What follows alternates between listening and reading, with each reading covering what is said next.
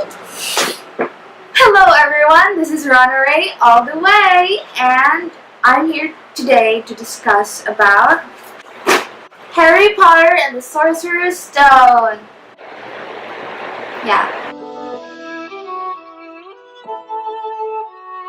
This is my second time reading Harry Potter and the Sorcerer's Stone, and I have to say, it did not change that much. So, this is my second time reading the Harry Potter and Sorcerer's Stone, but my first time reading the series as a whole.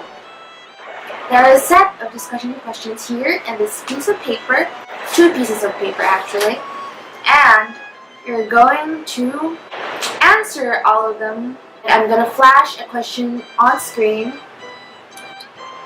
for you to answer along with me. You can pause the screen if you want to. It's your choice. So, what are the advantages to Harry not having known how special he is before he starts school? It helps us better understand the wizarding world because the point of view, it's coming from a point of view of someone who does not know that much about the wizarding world. So what are your first impressions of Hogwarts School? So my first impression when I heard about Hogwarts School of Witchcraft and Wizardry was that it's, of course, everybody's dream school. It's without a doubt everybody's dream school. So, what about it makes it seem special and different? So, besides flying broomsticks and transfiguration, the title of each of the chapters provides some clues as to what will occur in each. How do they reveal some of the more symbolic meaning of the story? So it helps plot down important details throughout the book.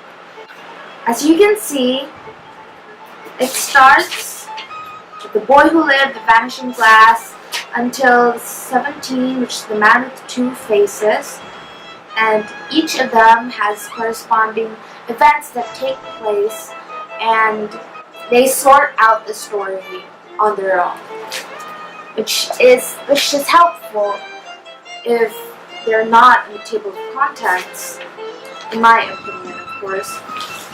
If they're not in the table of contents, they're kind of helpful with the corresponding, but if they're on the table of contents, you kind of know what happens next. Like here, the man with 2 faces. I mean, who could possibly be the person who has 2 faces except Pearl, right? What qualities did Hermione bring to the group? So, there are a lot of things Hermione brought to the group. An example of it would be cleverness, the strong passion of learning, which not all people enjoy doing, like learning. Yeah. So, we all know that there are instances where in the story where Harry's actions led to quite opposite results from what is expected. For example, flying on the broomstick, and when obviously he was told not to, and resulting in what's supposed to be an expulsion but did not happen because of Professor McGonagall's interference on Harry Potter and him being the new seeker, which is kind of unfair to other students, because what if it was someone else and it would probably result into expulsion. So, also, I have to point out the fact that why couldn't they just leave it to the adults when obviously they could have just left it to the adults, but they chose not to because they think they're so brave and so courageous that they don't need any help from the adults, because they could have been killed in the process of going through the trap door. Also, I don't get why they didn't include Hermione's potion thing in the book, in the movie, because like, come on, it's like one of the most intriguing, and it grabs your attention as a reader, and if it were in the movie, as a moviegoer. And I don't get why they didn't include it in the movie. If I were to pick a fictional character that I like in this book, in Harry Potter and the Sorcerer's Stone, it would be Albus Dumbledore. I mean, who wouldn't love Albus Dumbledore, right? I mean, because he's funny. He also has a thing for lemon drops, and it's so fucking adorable, you know? I know you haven't, said Professor McGonagall, sounding half exasperated, half admiring.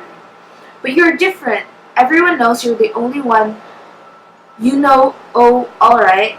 Voldemort was frightened of. You flatter me, said Dumbledore calmly. Voldemort had powers I will never have. Only because you're too, well, noble to use them. It's lucky it's dark. I haven't blushed so much since Madame Pomfrey told me she liked my new earmuffs. Like, he's childish, but then again, we all know that he is this very noble wizard that everyone has feared of, and he goes around making jokes to Professor McGonagall, you know? And it's like getting a glimpse of someone who you know is great, and realizing that they're really the person that you would thought they would be, you know? Also, it's kind of funny because, like the professor for herbology is Professor Sprout, which is Sprout. Well, like Newt Scamander and Salamander and Fantastic Beasts and Where to Find Them. Another question would be, if you could have one magic companion, what would it be and why?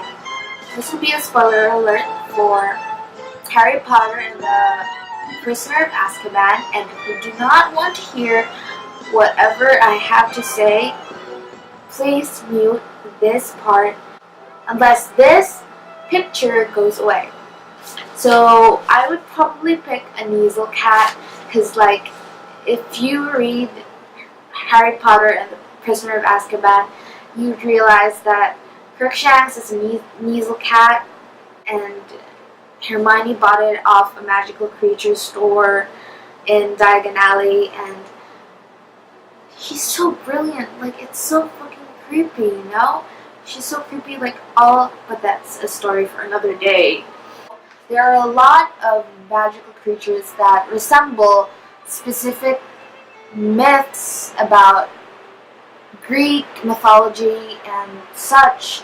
Like, for example, Fluffy, the three-headed dog, which is reference to Cerberus,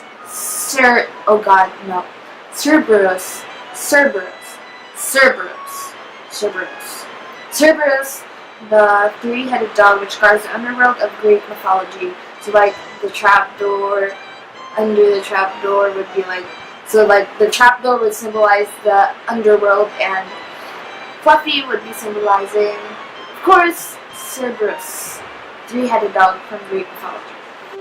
The Harry Potter series is the most popular children's book series ever written. Why do you think it's so popular? Why do you think adults and kids both like it? To be honest, I kind of think that Harry Potter is great because of the nostalgia that comes with it. It brings back the feels, you know, it brings back the memories of your childhood. I was reading Harry Potter when I was 11, I think. 11, I read this baby 11. I did not continue to the series because I didn't realize I had to, because I've already watched the movies, and of course that is not appropriate. Do not do that, kids. Listen to what Rana says and read the Harry Potter series like straight through. So yeah, that's all I have to say in Harry Potter and Sorcerer's Stone book discussion. That is all.